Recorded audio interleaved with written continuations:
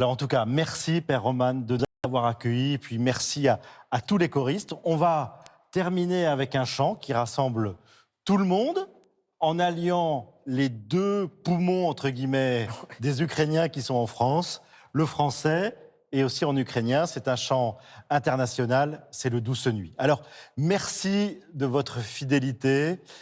Encore très belle fête de Noël à tous et on reste dans cette joie de Noël qui nous a été donnée par la communauté ukrainienne en France.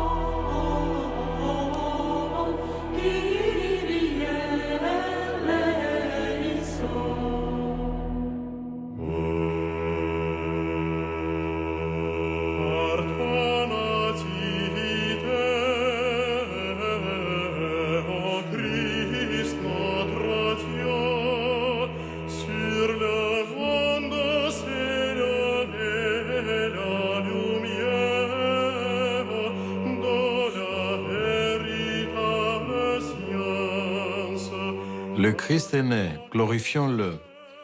Au nom de mes frères les évêques membres de l'Assemblée des évêques orthodoxes de France, je vous adresse un message de joie et d'espoir à l'occasion de la glorieuse fête de la Nativité de notre Seigneur, Dieu et Sauveur Jésus-Christ. En cette soirée lumineuse, comblée de joie et d'espoir, nous chantons les hymnes par lesquels nous rendons grâce à Dieu pour son indicible bonté. Nous joignons nos voix à celles des anges qui le glorifient, accompagnés par les bergers témoins de ces miracles insondables. Gloire à Dieu au plus haut des cieux et sur la terre paix pour ses bien-aimés. C'est à l'intérieur d'une grotte entourée d'animaux, dans le silence d'une nuit solitaire, que le Seigneur créateur du ciel et de la terre entre dans l'histoire et dans le temps, non comme un roi, mais comme un serviteur. C'est en raison de cette condition de serviteur qu'il partage désormais nos faiblesses et la vulnérabilité de tout ce que nous sommes par nature. La naissance du Christ à Bethléem de Judée est une icône de l'humilité et de la douceur de Dieu lorsqu'il vient à notre rencontre. Le Christ s'offre pour la vie du monde dans les circonstances les plus simples et nous n'avons pas besoin d'être riches ou puissants pour faire rayonner l'amour du Seigneur. Il naît en chacun d'entre nous afin que nous puissions le faire naître à notre tour dans le monde, par nos pensées, nos paroles et nos actions. La grotte de Bethléem est une image du cœur humain, un lieu de contemplation, mais aussi de gratitude. Laissons le Seigneur pénétrer au plus profond de nous-mêmes.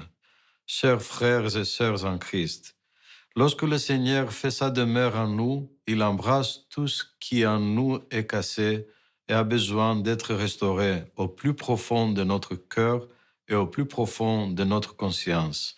La fête de la Nativité, que Saint Grégoire le théologien appelle une nouvelle création, nous incite à nous rapprocher toujours un peu plus d'une ressemblance authentique avec le Christ. À l'heure où nous continuons notre combat contre la pandémie de COVID-19, que l'exemple du Christ par son humilité et son ethos de service continue à faire grandir en nous l'amour qui seul lui rend dignement témoignage. Nous prions pour votre bonne santé et celle de vos familles.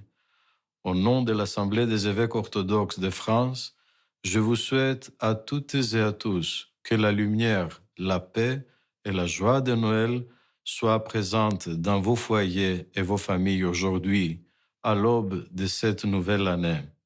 Le Christ est né, glorifions-le.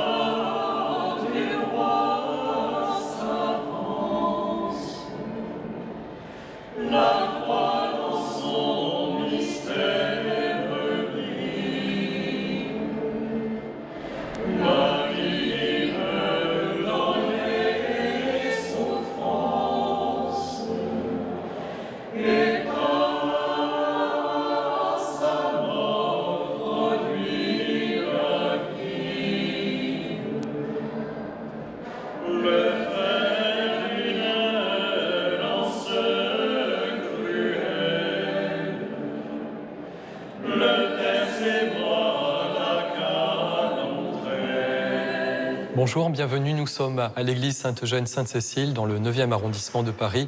La Scola Sainte-Cécile, donc, que je dirige depuis 20 ans, chante dans cette église la messe latine traditionnelle dans cette paroisse, à la messe de 11h, comme chaque dimanche.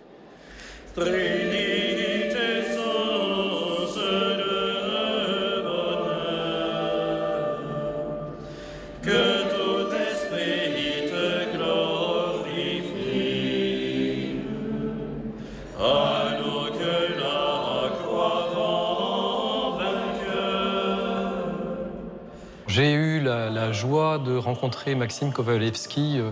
J'étais alors un tout jeune garçon, j'avais 15 ans, et lui était un vieux monsieur déjà. C'était dans les années 80. Pendant plusieurs années, je venais lui parler à la fin des offices boulevard Blanqui, et on parlait pendant des heures et des heures de liturgie, de musique sacrée, de ton, de grégorien, de znameni. Voilà, j'étais très jeune, passionné par la liturgie et tout ce qui a trait à la liturgie. Et évidemment, c'était une rencontre bouleversante pour moi. Et j'ai surtout rencontré un homme d'une bonté extraordinaire, d'une lumière surnaturelle quelque part. C'est quelqu'un qui m'a marqué et j'espère qu'il ne m'en voudra pas, l'appeler mon maître quelque part, parce qu'il m'a enseigné ce qu'est le chant liturgique.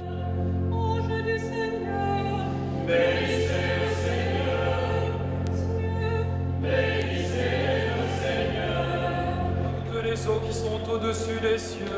Bénissez le Seigneur. Toutes les vertus du Seigneur. Bénissez le Seigneur. Kowalewski est clairement orthodoxe. Alors nous chantons du Kowalewski ici à Sainte-Eugène et nous sommes un chœur catholique, c'est un peu étonnant. Effectivement, en même temps, c'est pas si étonnant que ça puisque Maxime Kowalewski a beaucoup travaillé sur les racines communes de l'Orient et de l'Occident. Sa musique a une certaine universalité, bien sûr, mais qui est naturelle parce qu'elle provient justement de cette étude des sources communes du chant liturgique d'Orient et d'Occident. Donc forcément, elle est aussi facile à pratiquer pour des catholiques que des orthodoxes.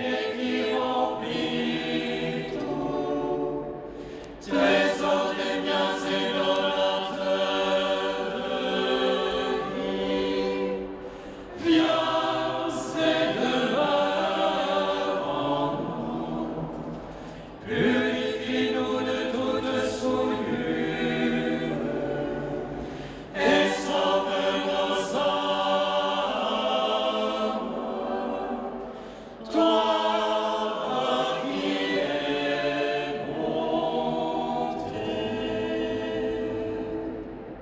Dès qu'on entend ces morceaux, on est comblé, c'est beau. Ça se joue de façon infinitésimale sur, je sais pas, sur la durée d'une note, sur la couleur de l'accord, sur l'enchaînement de l'accord. Et je pense que pour beaucoup de paroisses, enfin moi je suis allé dans de très très nombreuses paroisses francophones dans le monde, partout, j'ai toujours entendu du Kowalewski. C'est-à-dire qu'il n'y a pas toujours que du Kowalewski, mais il y a toujours un endroit, il y a toujours un moment dans la liturgie où les gens chantent du Kowalewski, même s'ils ne le savent pas, la plupart du temps d'ailleurs.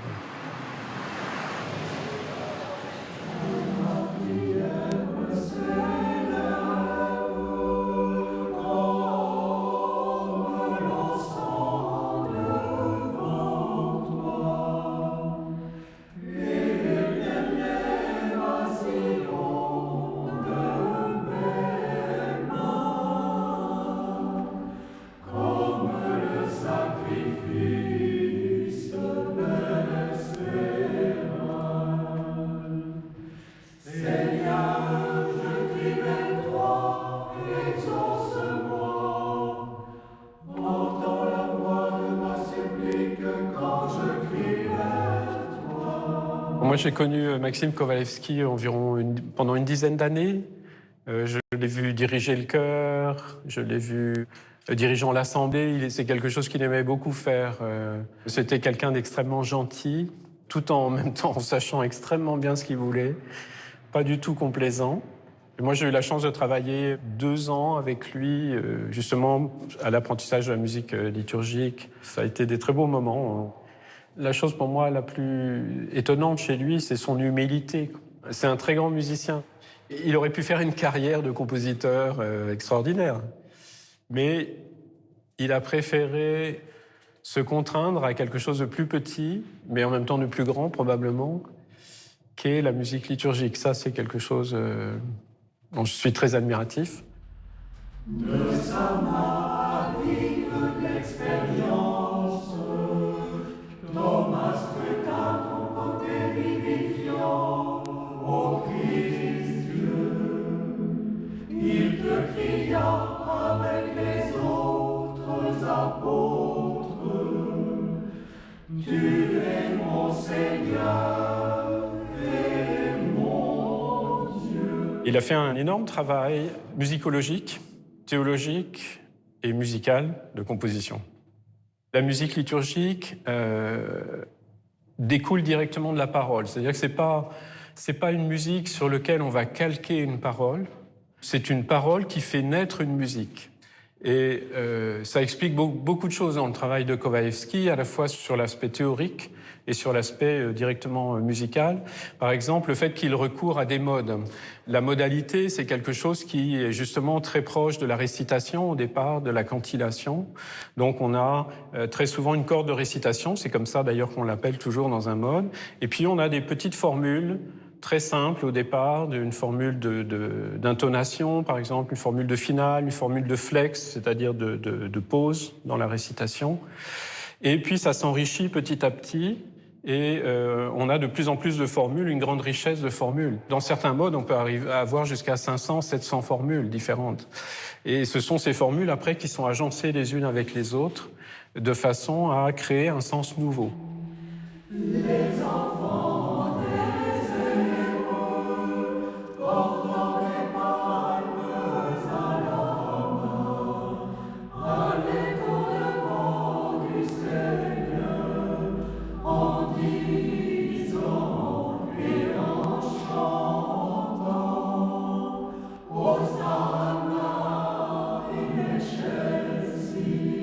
Alors, il y a une chose très importante chez Maxime Kowalewski aussi, c'est qu'il a vraiment magnifiquement compris l'aspect pédagogique de la musique liturgique. C'est-à-dire que c'est une musique qui est présente pour porter le texte, mais aussi qui est présente pour aider l'auditeur à mémoriser la parole. Comme les formules se répètent, d'un chant à un autre, il se crée des connexions. C'est-à-dire, par exemple, si on prend un chant comme « Ta naissance, ô Christ notre Dieu » qu'on chante à Noël, il a le même ton qu'un autre chant qu'on chante à la Nativité de la Vierge, par exemple. C'est exactement les mêmes formules. Donc il y a des connexions inconscientes, il y a tout un travail de connexion qui se font au niveau inconscient entre différents mots, différentes périodes liturgiques, différents sens, qui d'un seul coup se mettent à vibrer ensemble, même s'ils appartiennent à des périodes complètement différentes, à des chants complètement différents, parce que ça crée des racines.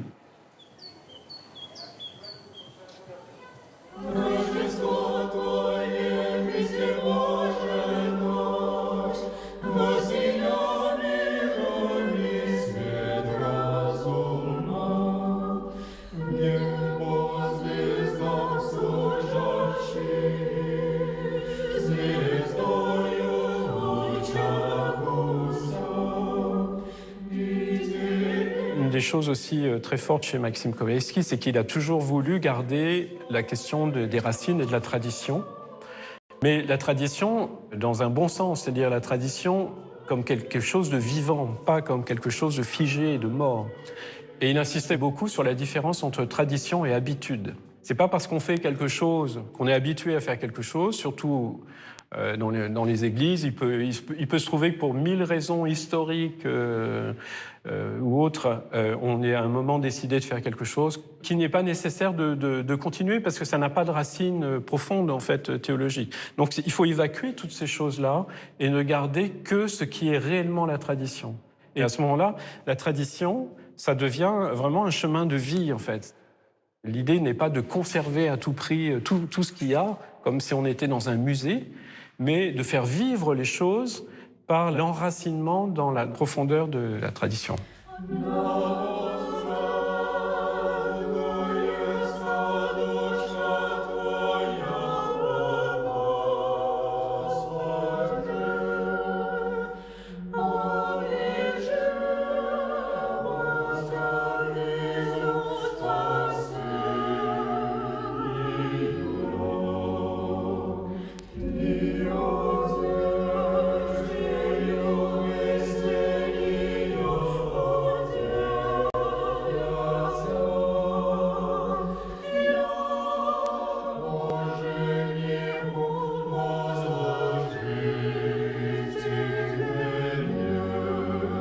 Maxime Kovalevsky a harmonisé, en fait, vraiment dans la tradition russe du début du XXe siècle, beaucoup de chants, parce qu'en fait, il est toujours parti de quelque chose qui existait déjà.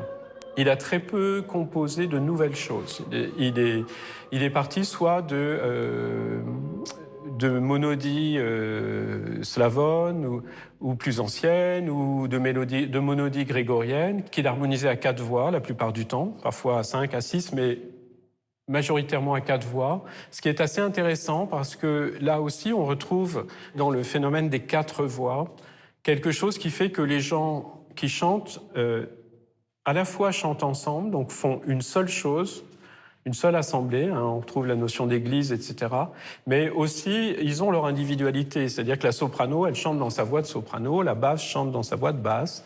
Chacun garde son identité en quelque sorte, mais tout fonctionne dans un but commun. Et Maxime a beaucoup joué là-dessus, c'est-à-dire que la plupart du temps, les choses sont harmonisées à 4 voix, mais parfois à 3 voix, parfois à 2, parfois à l'unisson. Les 3 voix, ça peut être 3 voix de femmes, ça peut être 3 voix d'hommes. Il a écrit une liturgie entière complètement à l'unisson, par exemple, ce qui est assez intéressant parce que, évidemment, pour des chanteurs très inexpérimentés, c'est formidable de commencer comme ça, c'est beaucoup plus facile.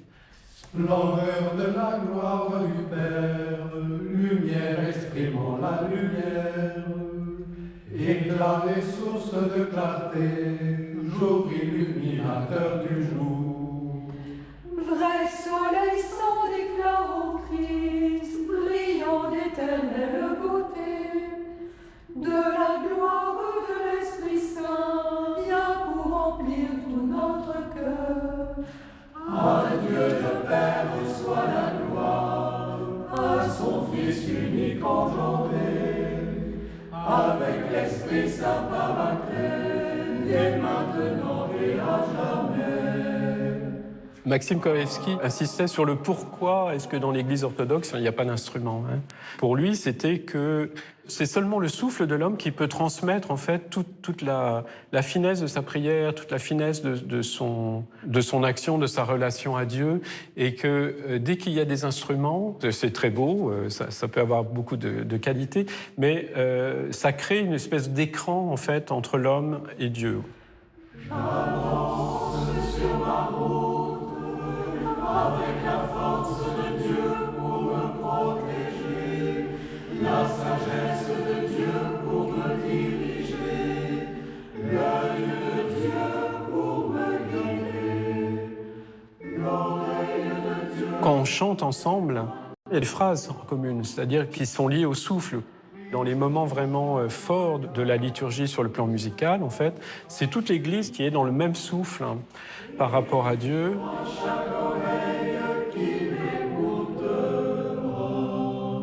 Sachant que c'est Dieu qui donne le souffle, c'est aussi une façon de lui rendre ce souffle. Ça crée une espèce de mouvement à la fois vers Dieu, Dieu vers l'homme, etc.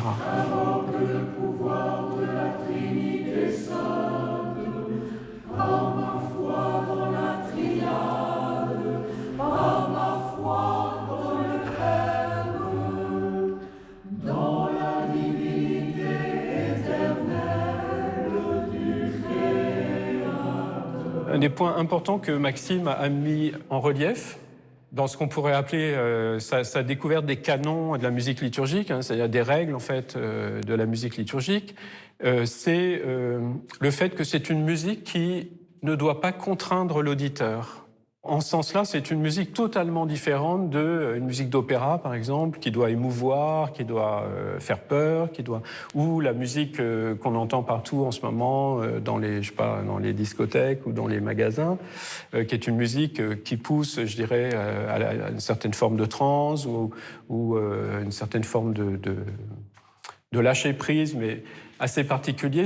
La musique liturgique, c'est une musique qui doit libérer l'auditeur. Dans la musique tonale, disons jusqu'au milieu du XXe siècle, il y a des notes qui ont un parcours obligé. C'est-à-dire, par exemple, il y a ce qu'on appelle la note sensible. La note sensible, elle se résout sur la tonique. Donc, il y a des mouvements obligés des notes. C'est-à-dire que quand l'auditeur il entend ces notes-là, il est obligé de suivre ce qui va se passer et il sait déjà qu'on va aller là. Alors que dans la musique liturgique, on évite ça justement.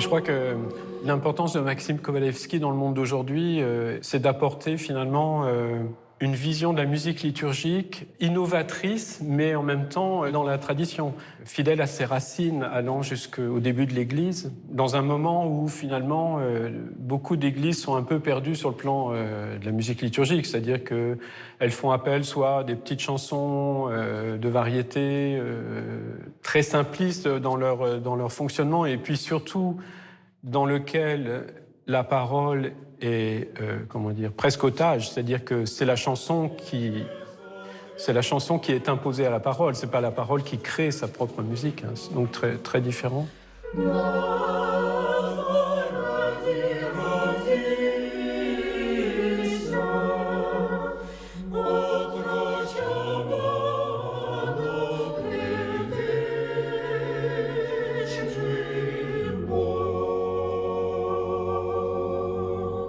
Maxime était russe, mais il a écrit beaucoup de musique liturgique en français.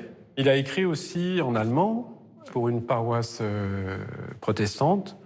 Il a écrit aussi en espagnol de la musique liturgique pour une paroisse de Buenos Aires. Il donnait de lui-même parce que je pense qu'il suivait sa voix intérieure, parce que écrire pour une paroisse protestante, c'était peut-être pas forcément bien vu de tout le monde à ce moment-là, mais lui, il sentait que c'était utile, il sentait qu'il fallait le faire. Il a fait un travail colossal quand même.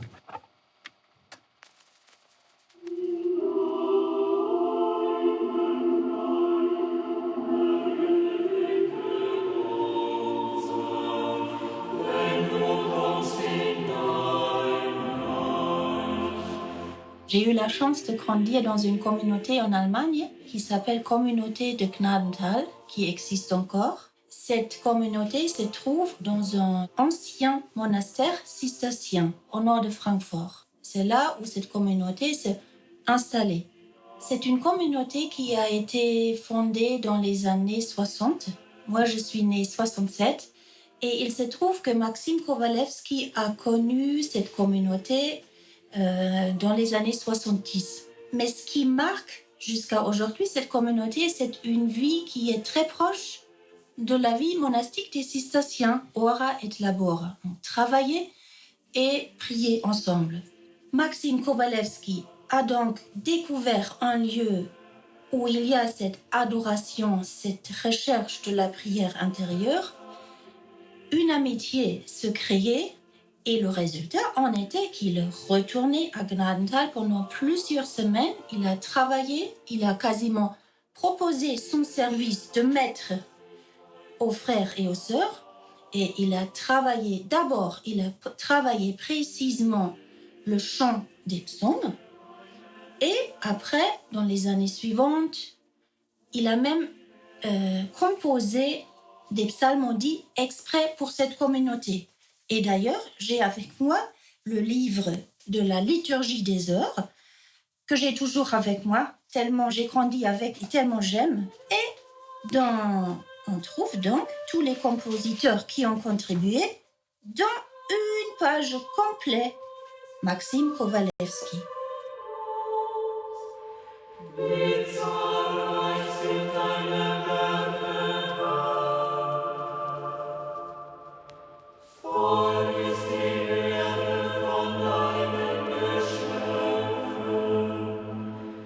Moi, par exemple, je suis baptisée luthérienne.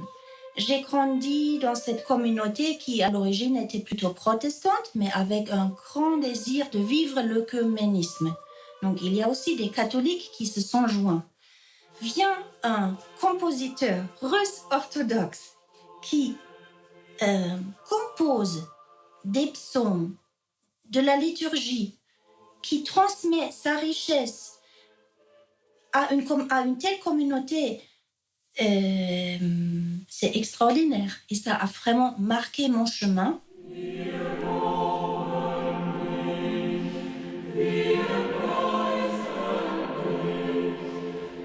Moi, j'avais à peu près 6 ans. Je garde une mémoire extraordinaire de la veillée pascale qui avait intégré beaucoup d'éléments de la tradition orthodoxe par Maxime, par lui-même qui était venu. Je me rappelle de la beauté de ce chant dont moi je dirais un côté mélancolique, joyeux et qui arrivait à nous mettre une intériorité que je n'ai pas trouvée ailleurs. Un des chants dont je me rappelle dans mon âme, dans mes souvenirs, est vraiment ce grand Alléluia qui annonçait la résurrection du Seigneur. Der Herr ist auferstanden, ist wahrhaftig auferstanden. Alléluia, Alléluia, Alléluia, Alléluia.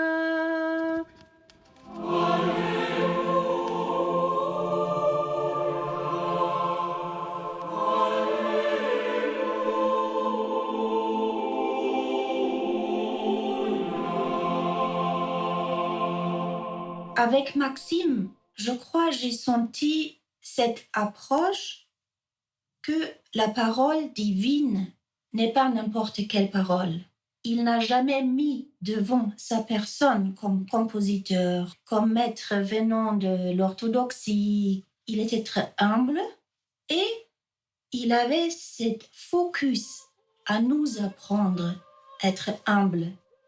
Je crois Maxime a mis devant comme nous devrions le mettre devant nous tous, d'être un serviteur du Christ dans ce monde et de tirer avec ce que nous faisons vers la cité céleste et pas tirer vers les beautés d'ici. Pour moi, c'est un homme déjà qui a réussi par son cheminement venant de la Russie, être en exil quand même en France, être étranger, mais de lier l'orthodoxie, l'Église catholique, l'Église protestante, comme moi je l'ai connue. Ça déjà, je trouve c'est une œuvre magnifique à honorer et à poursuivre en notre temps. Les chants de Kovalevski perdurent dans leur simplicité, dans leur divinité.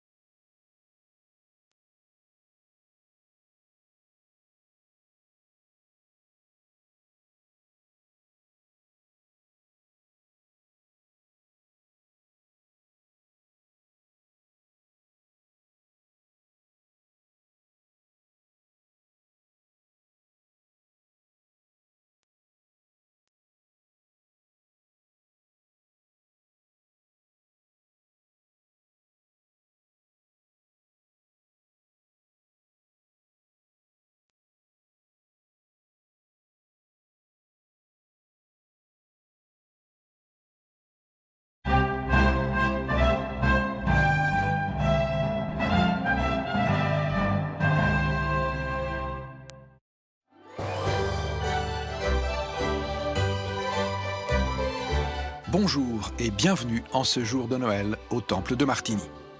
La communauté vous invite à une célébration qui vous est proposée en direct. Martigny, c'est une ville de quelques 20 000 habitants, un lieu carrefour, le long du Rhône, une ville d'où l'on peut se rendre en France, en Italie et au centre de la Suisse. La Suisse romande est l'un des berceaux de la Réforme. Certains cantons l'ont adopté, d'autres sont restés catholiques romains. C'est le cas du Valais où nous sommes. Aujourd'hui pourtant, il n'y a plus de ségrégation entre les confessions. L'actuel président de la paroisse est issu d'une famille catholique. C'est vrai, quand j'étais jeune, moi je me rappelle qu'on me disait il ne faut pas fréquenter les protestants ou pas fréquenter les catholiques, il faut les catholiques. Non, tout ça a bien changé, c'est bien. Ici à Martigny, il y a peut-être un petit peu plus de protestants que dans certaines régions du Valais. Moi je pense qu'ici on est d'environ de 8%, par rapport aux 40-50% de catholiques. Pour nous, protestants, c'est vrai qu'il faut se démarquer, il faut être dynamique. Cette année, la paroisse s'est lancée dans la construction d'une crèche installée sur le parvis du temple. La réalisation des personnages a été confiée au talent du sculpteur Claude Rosset, paroissien et artiste, qui nous reçoit dans son atelier. Bien souvent, avant d'attaquer n'importe quelle sculpture, j'implore l'univers infini. Donne-moi la capacité, la force nécessaire à réaliser une belle sculpture. Alors moi, je suis né à Commères, un petit village à 1500 mètres d'altitude. J'arrive à la retraite et j'ai eu la chance de commencer des cours de sculpture qui me permettent maintenant d'évoluer à ma façon. Je me suis entouré d'un sculpteur qui fait partie de notre amicale de sculpteurs de l'Entremont. Il s'agit de Wills, celui qui est parti à la recherche du bois nécessaire pour réaliser ces sculptures et dégrossir toutes les pièces sur place à la tronçonneuse.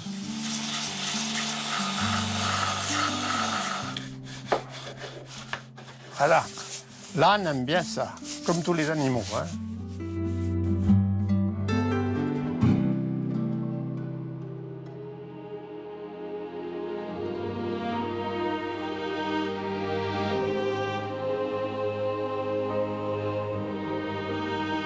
Le temple protestant est aussi connu ici pour une série de vitraux exceptionnels.